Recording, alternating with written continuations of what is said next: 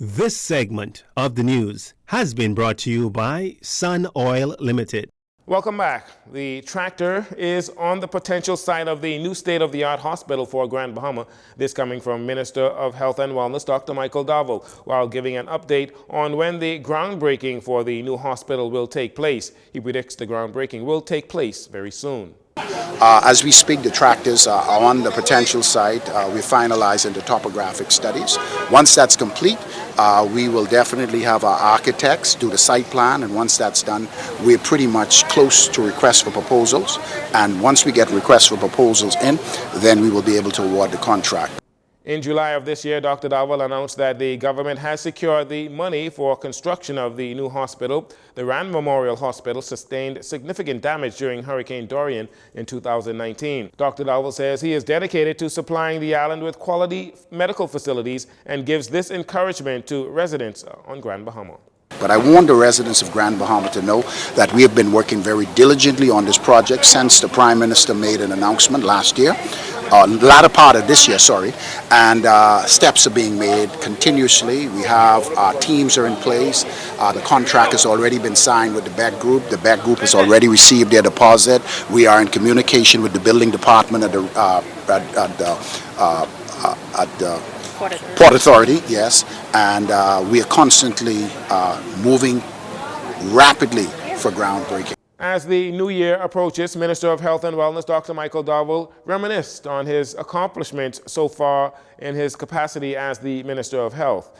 He says he is proud of the progress made to modernize and update the healthcare system, but that there is also much more to be done.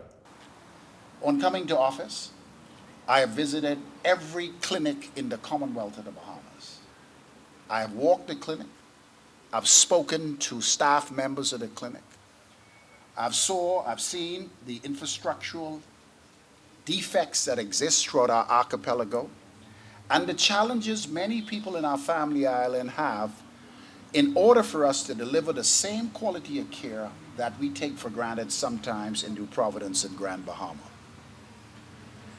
We made it very clear that in short order, we would deliver a very robust, structured ground transportation system throughout the Commonwealth of the Bahamas, ensuring that every citizen who needs this ground transportation have access to it with qualified, trained individuals to ensure that the survival rate that exists is on par in New Providence and Grand Bahama. Dr. Dowell says the opening of the new National Emergency Medical Services facility on University Drive last week was one of the key components to the delivery of the new healthcare model in the Davis administration's Blueprint for Change. In addition to that, he reiterates his plans to build 2 state-of-the-art hospitals and the renovation of multiple clinics beginning next year.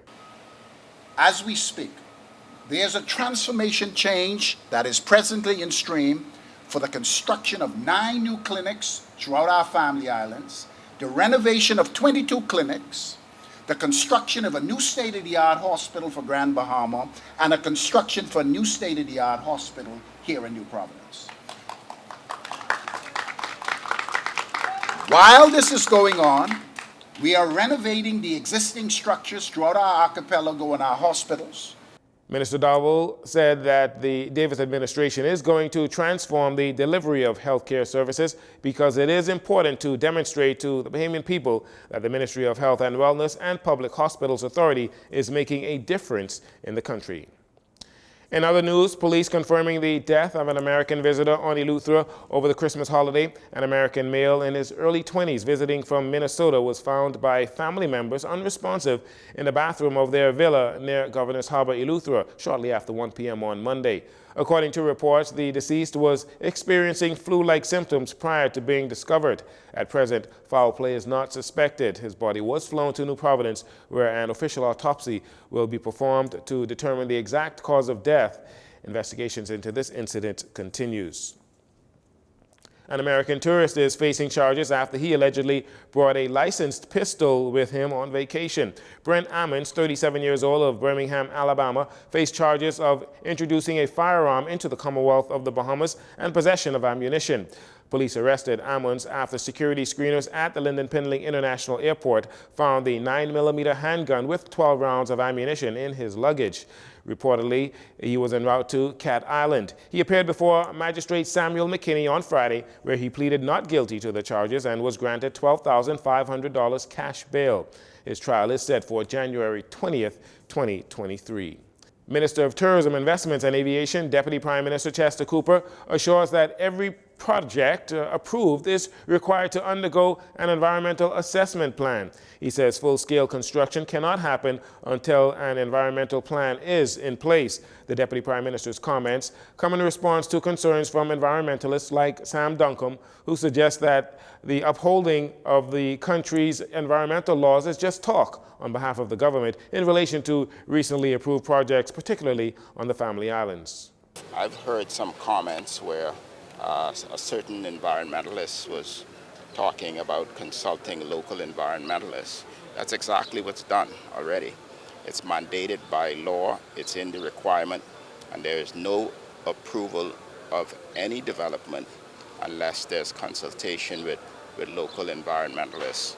And there are many firms of coastal engineers who provide services to the developers, and we always make it clear to every developer that unless they pass the environmental protocols, we have nothing to discuss.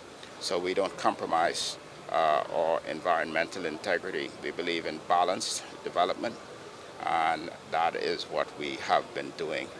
Mr. Cooper also noted that developers in the country are aware of the environmental assessment and planning requirements. He reminded that plans for a compliance unit are underway to ensure that there is thorough checks for construction projects. Asked when he expects the compliance unit to be implemented, the Deputy Prime Minister says it should happen early in the new year.